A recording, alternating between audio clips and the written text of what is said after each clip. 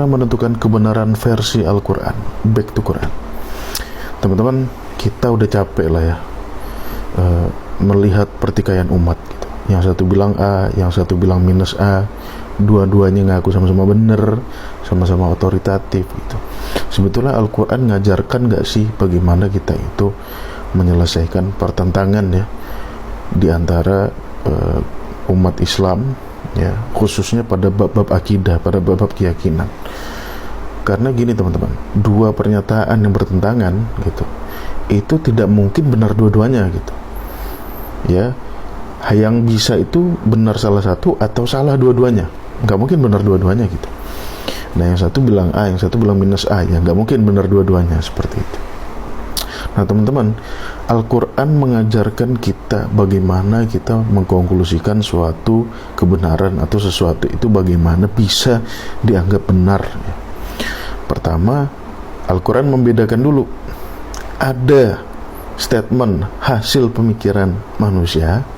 Oke, artinya seluruh hasil pemikiran manusia, dialektika manusia, ide-ide gagasan yang dihasilkan manusia ya, ini disebut dalam Al-Quran sebagai al-millah.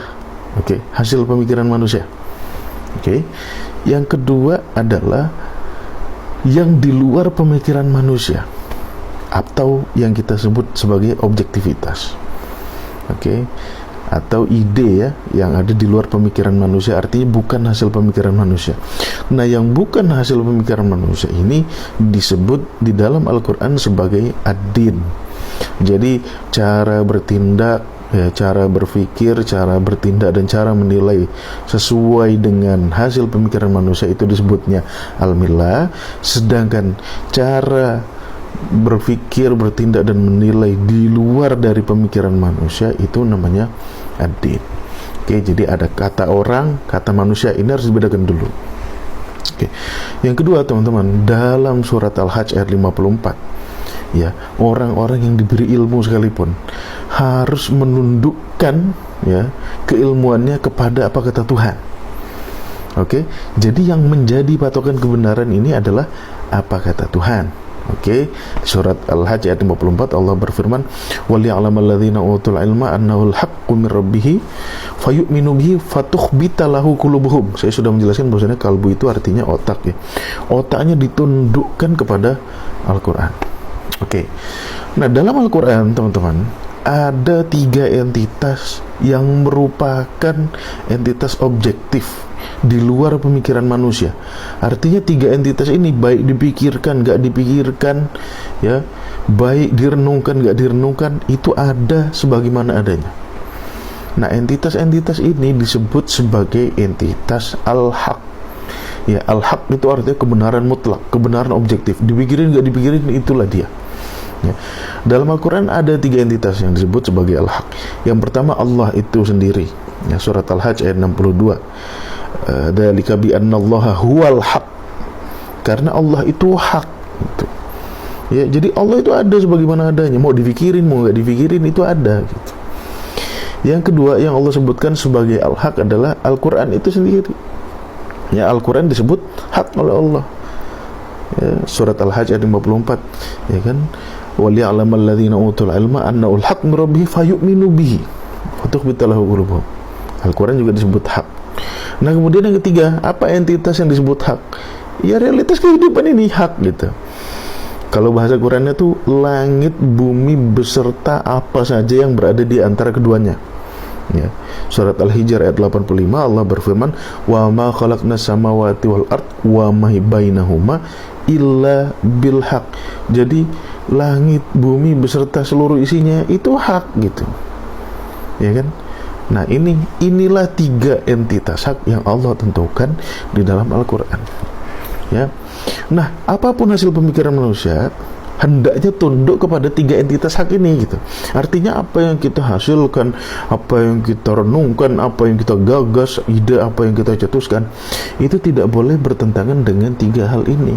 Allah, Al-Quran, alam semesta beserta hukum-hukumnya, itu baru dapat dikatakan benar ya. Kalau segala pemikiran kita biar datangnya dari ulama ya, jenggot lebat ya, bersorban, tetapi menyelisihi 3 ini ya udah, itu nggak bisa dikatakan kebenaran. Ya, artinya dia bukan realitas dan dia bertentangan dengan statement Al-Quran. Nah, bagaimana dengan sumber yang lain, misalkan seperti hadis atau perkataan ulama, ya kan, atau kias gitu.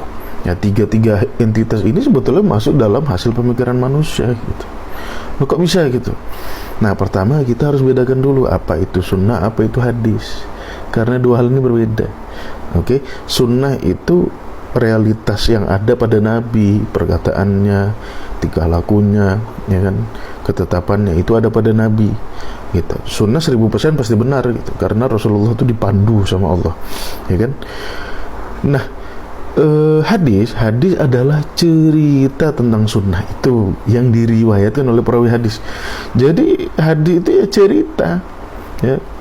Teman-teman coba lihat di surat Toha ayat 9. Hal ataka haditsu Musa, cerita tentang Musa. Jadi hadis itu cerita tentang sunnah gitu. Namanya cerita, ya. Orang ini bisa tepat, bisa keliru, bisa salah sedikit, bisa salah setengah, bisa salah sama sekali, bisa ngarang-ngarang sendiri, ya kan. Nah, makanya sekarang kalau kita diperintahkan untuk taat sama Rasul, bagaimana cara kita memfilter ya hadis-hadis yang sudah banyak ini, ya filternya pakai entitas hak tadi, pakai Al-Quran gitu. Segala hadis yang bertentangan dengan Al-Quran dan alam semesta beserta hukum-hukumnya itu nggak pakai, biar datang dari ulama terkenal gitu, ya. Tetapi kalau hadis itu ya, atau ijma ulama atau apapun, nggak bertentangan dengan Al-Quran, nggak bertentangan dengan realitas alam semesta, ya itu namanya baru kebenaran gitu. Jadi yang saya katakan bukan kebenaran itu hanya bersumber dari Al-Quran, bukan. Tetapi Al-Quran, alam semesta beserta hukum-hukumnya itu menjadi patokan kebenaran. Jadi segala macam ya hasil pemikiran, ide, gagasan yang bertentangan dengan tiga entitas ini itu pasti salah, no bargain gitu. Biar keluarnya dari ulama tertentu itu ya nggak pakai seperti itu. Oke, jadi inilah bagaimana Al-Quran mengajarkan kita menetapkan apa itu kebenaran dan bagaimana cara mendapatkannya. Karena kita hidup ini cari benar gitu, ya kan. Kita belajar biologi, ya cari biologi yang benar, masa cari biologi yang salah gitu kan. Kita belajar fisika, ya cari fisika yang benar gitu. Belajar astrofisika, ya cari astrofisika yang benar. Belajar kimia yang benar. Belajar ekonomi yang benar gitu. Nah, sesuatu dapat dikatakan benar kalau tidak bertentangan dengan tiga entitas hak tersebut. Share video ini kalau kalian suka, jangan lupa follow.